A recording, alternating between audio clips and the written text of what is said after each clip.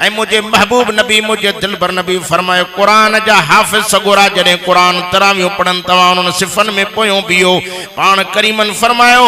मलाइक भी उन सिफन में गड शरीक थींदा आहिन मुझे महबूब नबी फरमाए जे भी के फरिश्ते जो के इंसान सा थोड़ो कपड़ो भी टच थियो क़यामत ते उन जे बदबख्ती वेझो ही नहीं दी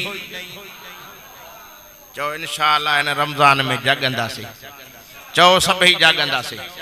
ऐ हिन मस्जिद के आबाद कंदासी तरावीन जी सूरत में हाफिज जे पोयो कुरान बुधणो आ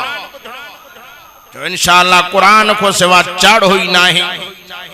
कुरान को सिवा फायदो ही कोने है मुल्क कुरान जे करे हले तो तरे महबूब नबी तो फरमाए लौला यकूनुल कुरान मकबूजन फी सुदूरिहिम लहलकतिद दुनिया व मन अलैहा रब तो फरमाए मुझा सोना जिन जे सीनन में मां अल्लाह जो कुरान आ उन्हीं जे सदके मां मुल्क के हलाया तो ए कुरान जे करे मुल्क हले तो हाजी दाइमदीन साहब कुरान न हुजिया त असा न हुजो ए कुरान जे सदके मुल्क हले तो कुरान जे सदके जहान हले तो तने मौलाना सुल्तान अहमद साहब रते तेरे वारो चोंदो हो जैसी कुरान हुंदो तेसी जहान हुंदो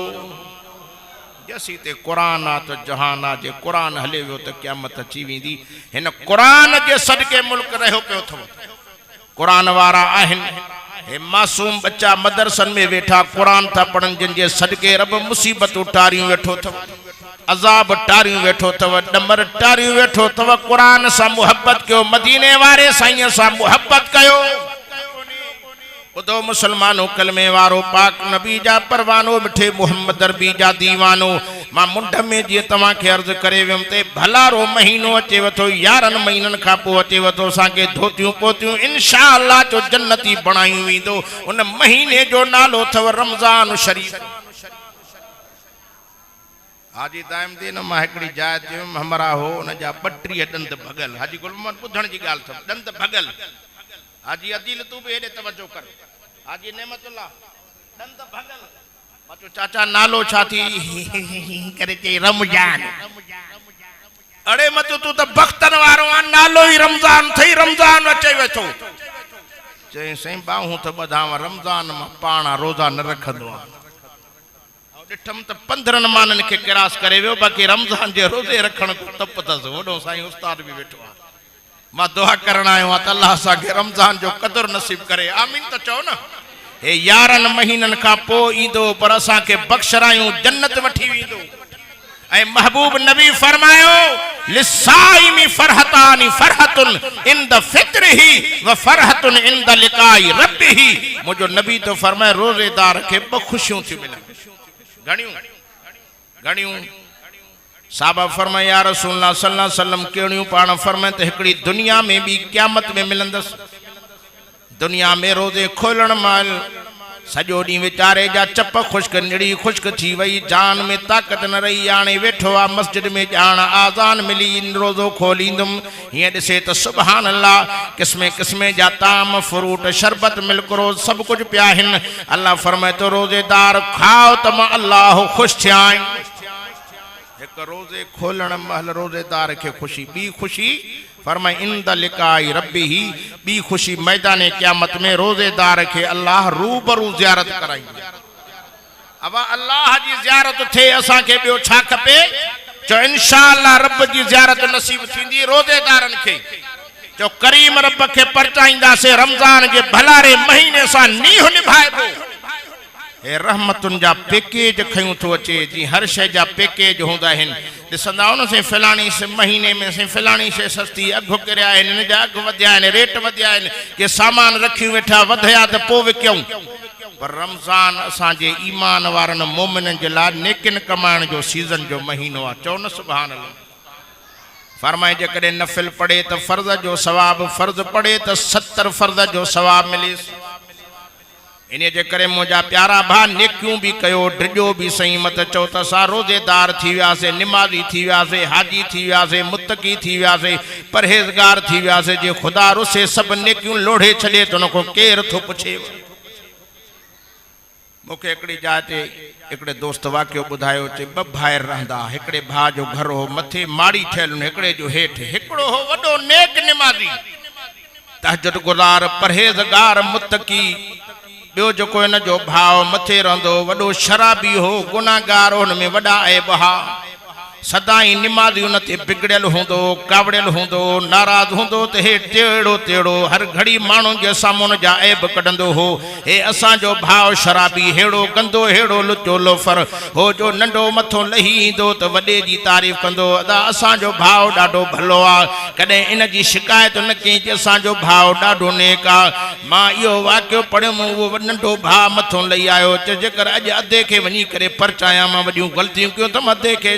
सतायो थम ए वॾो वरी कुदरत अल्लाह जी वरी हेठो मथे पियो चढ़े वञे वञे मां नंढे खे सम्झायां त शराबनि खां मुड़ ग़लति आदतनि खां मुड़ ख़ुदा रुसी वेंदी हलंदे हलंदे रस्ते में अञा पाण में हिक ॿिए सां टकराया ई कोन रस्ते में मौत अची वयुनि दम परवार थी वयुनि अल्लाह से फरमाए तो मलाइको जी मुंहिंजा रब्बा फरमाए हे जेको शराब खोर हो ज़ानी हो लुचो लोफर हो अॼु मां अल्लाह वटि हिन जी हिकिड़ी नेकी क़बूल पइजी वई आहे जंहिंजे करे बख़्शे जन्नत थो ॾियांसि हिन निमाज़ी के जहन्नम के तरे में मलाइको दाखिल कयोसि मलाइक चवनि था मौला सॼी ज़िंदगी इबादत कई थी इबादत कई पर पंहिंजी तारीफ़ कंदो मां कंदो हो मां रब इन जूं इबादतूं चट कयूं हिन हो गुनाह कंदो हो पर तौबा ताइब थींदो माफ़ियूं घुरंदो हो पाण खे चवंदो मां किनो आहे हे चवंदो भलो हो नी भले खे किननि वारी लिस्ट में हणायो थमांव बुरे खे वरी नेकनि वारी लिस्ट में हणायो थमांव तॾहिं भिटाई घोट थो चवे अघे ई त पाओ न त मणनि खे मोट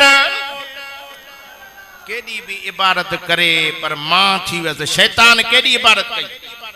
एडी इबादत कई का जमीन जो टुकड़ो कोन छड़ियो हुई इंच कोन छड़ियो हुई जिते सजदो न कयो हुई मुसलमानों कलमे वारो वडाई तकबर में भरजी वियो चे मां भलो मां भलो मां भलो पाण के भलो न कर जंहिंखे रब भलो करे शैतान के अल्लाह से फरमायो आदम अलैहिस्सलाम जो ताज़ीमी सजदो करो उसजुदू लि आदम इनकार के फसजदू इल्ला इब्लीस अबा वस्तकबर वकान मिनल काफिरीन नहजु के इनकार कोई काफरन मुक्त थी वियो अल्लाह सिंजने चो आदम नबी जो ताज़ीमी सजदो करचे मान कंदम चे न खैरुम मिनहु खलकतनी मिन नारियु व खलकतहु मिन तीन चे मां भलो आ मां वारी बीमारी को रब बचाए दुनिया में कोई न चवे तो मां हेड़ो भलो ना मत तोखो को गुनाहगार को एड़ो अमल हुजे रब राजी थी जन्नत दई छडे वो ओ गुनाहगारो तवा भी पंजे गुनाहन ते पेशेमान थियो मोटी अचो रब जे दर ते ए भलारो महीनो अचे वथो रमजान सोहणो महीनो अचे तो रहमतुन जा मीह वसाईंदव अचो हिन महीने में रब को गुनाह जी माफी वठो मन रुठल राजी थी जन्नत दई छडे भलारो महीनो आ रमजान शरीफ सदोरड़ो महीनो आ नबी से फरमाए हिन महीने में जो रोजेदार के रोजा रखराइंदो अल्लाह उन जे खाते ते रोजे जो सवाब लिखराइंदो चओ न सुभान अल्लाह पाण फरमाइन था जो रोजेदार के रोजो तो खोलाए अल्लाह उनी बाने जे खाते ते रोजे जो सवाब तो लिखराए सहाबा जो या रसूलुल्लाह सल्लल्लाहु अलैहि वसल्लम के रोजे खोलाइण जी ताकत न हुजे पो त महरूम थी विंदो नबी से फरमाए मां ये नथो चवा मां के ड्रो करे रोजो खोलायो पान करीमन फरमाए खारक के दाने सा रोजेदार के रोजो खोलाइंदो पो भी रोजे जो सवाब मिलंदो साहबा जो या रसूलुल्लाह के वट खारक न हुजे मुझे साईं फरमाए मुझे दिलबर नबी फरमायो रहमत तो आलम फरमायो खीर जो ढको हुजे साईं के वट खीर न हुजे फरमाए लस्सी जो ढको हुजे साईं लस्सी न हुजे फरमाए शरबत जो ढको हुजे साहबा चो साईं ये शयूं न हुजन पो त रहजी विंदो मदीने जे मीर फरमाए फिके पानी सा रोजेदार के रोजो खोलाईंदो पो भी अल्लाह उन बाने जे खाते ते रोजे जो सवाब लिखराईंदो सखी महीनो थव फरमाए युजादु फीहि रिज़्कुल मोमिन अल्लाह से इन महीने में मोमिन जे रिज़्क के वधाईंदो आ फरमायो हिन महीने में सखावत कयो हिन महीने में सखावत कयो हिन महीने सा प्यार कयो असा वरी बेन महीनन में भी सखावत बंद रमजान में भी बंद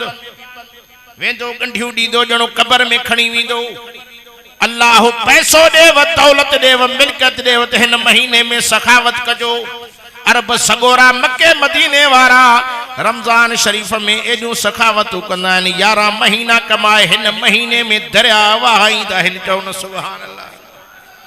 असां 11 महीना भी कमायासीं पोइ भी रमज़ान लाइ कुझु न कयोसीं। मुंहिंजो हिकिड़ो यार हो मूंखे ॿुधाईंदो चवंदो फलाणो हमरा ॾिसो था वॾो पैसे वारो हुजे अहिड़ो ज़ालिम आहे जो हिन रमज़ान शरीफ़ में घर में बोरटो दाल जो बोरटो साईं बटालुनि जो भरियो छॾींदो आहे। ॿारनि खे चवंदो आहे वञी खाओ, पाण वरी एॾो सखी आहे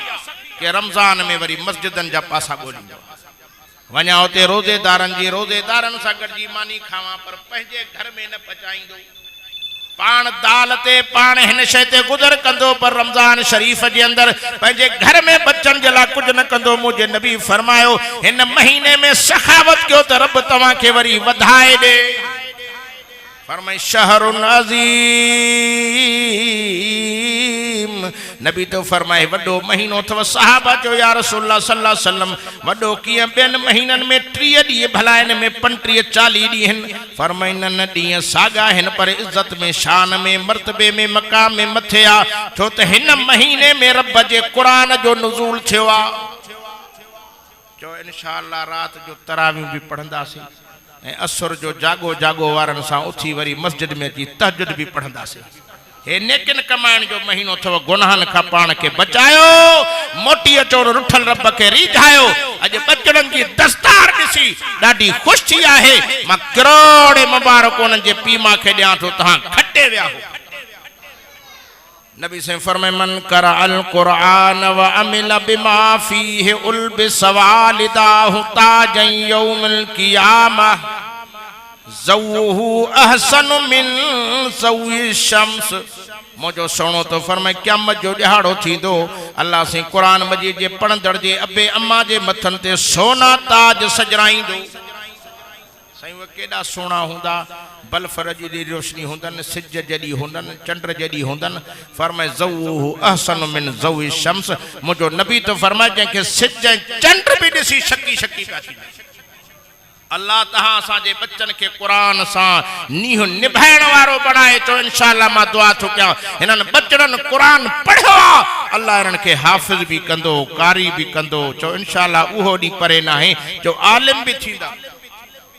मां दुआ करण आयो हाँ अल्लाह हिन मजलिस के क़यामत ते आबाद करे। अल्लाह से ज़िंदगी दे, ताकत दे त सोहणे नबीअ जो मुल्क मदीनो भी ॾिसूं। बस अल्हम्दुलिल्लाह मुझो उसूल आहे स्टेट ते को अचे भली मां 5 मिंट वाइज़ कयां भी चवंदो हाँ लहां पर जे हाजी गुल मोहम्मद जो इहो कमु शुरू आहे त पोइ मां न लहंदो मां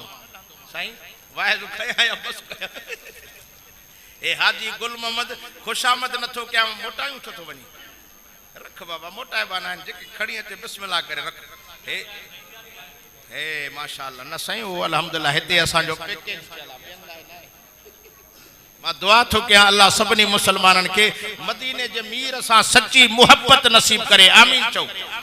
बस अल्हम्दुलिल्लाह हे मुझो सफ़र जो साथी हिकिड़ो गज़ल पढ़ंदो पर नबी साईं जे मुल्क जी सिक में, सोहणे जे शहर जी सिक में। पर ईअं हाणे तव्हां न वेठा हुजो हाजी गुल मोहम्मद वस न घटायो आहे पर तव्हां बि न घटाइजो। सफ़ाई बाहूं बंद करे न वियो, थोड़ी मणी सखावत की आदत भी हुजेव, सखी थींदो इंशाअल्लाह। हिन साल मदीने वेंदो न तो 7 सालन ताईं हिते वेठा हूंदो। मां दुआ करण आयो हाँ अल्लाह सब के मक्के मदीने जो दीदार अता फरमाए। व आखिर दावाना अल्हम्दुलिल्लाह।